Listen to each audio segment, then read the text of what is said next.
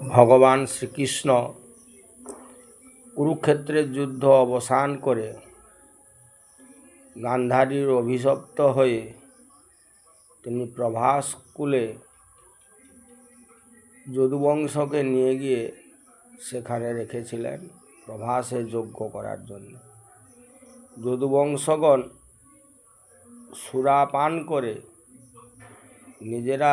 নিজেরাই মারামারি করে নিহত হলেন। আর কৃষ্ণপুত্র শাম্বর গর্ভে একটা মুসল নিয়ে ঋষিদের বলেছিলেন যে আমার পেটে কি বাচ্চা আছে বলে দাও।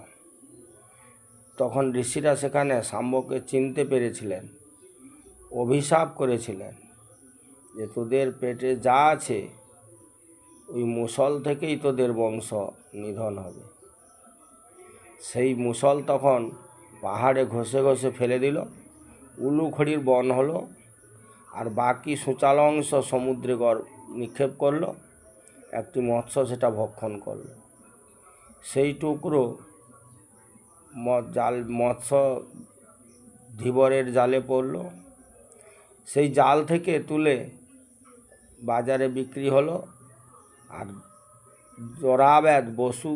জরাব্যাধ নামক এক ব্যাধ সেই মৎস্য কিনে নিয়ে গিয়ে তার পেট কেটে যখন দেখলো সূচালো অস্ত্র, সেটাকে তার তীরের ফলা করল।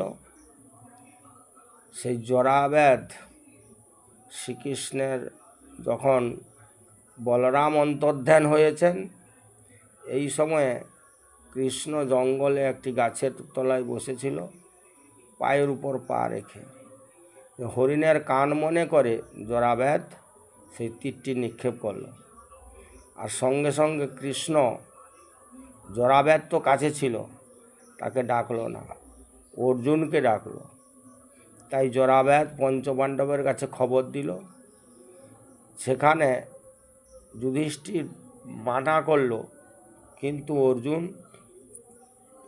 তার প্রাণের সখার কাছে তাড়াতাড়ি ছুটে এলো।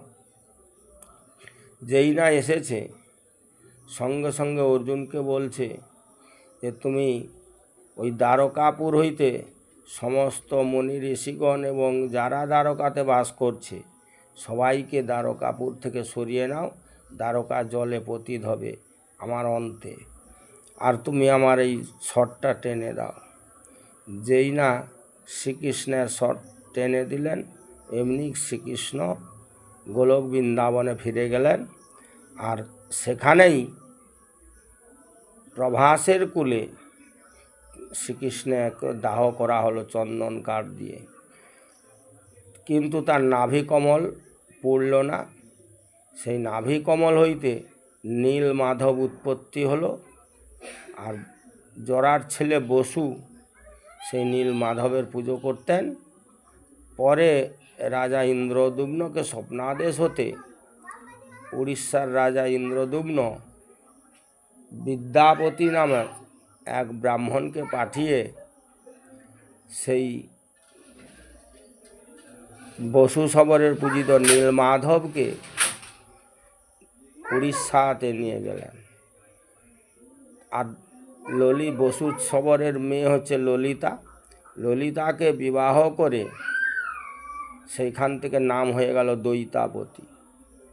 এখন পুরীর জগন্নাথ মন্দিরে যে দৈতাপতিরা আছে তারা ওই ললিতার গর্ভজাত সন্তান।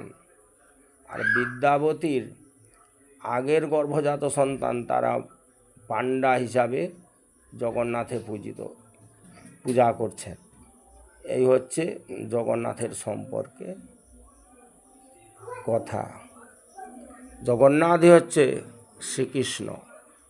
কৃষ্ণ চার অংশে চারবার কৃষ্ণ নাম জপ করা হয়। সেই চারবারের মধ্যে শেষের গোবিন্দ হচ্ছে জগন্নাথ শ্রীকৃষ্ণ। শেষের শ্রীকৃষ্ণ হচ্ছে জগন্নাথ। নমস্কার। এই ভিডিওটি সকলেই দেখবেন, খুবই আনন্দ লাগবে।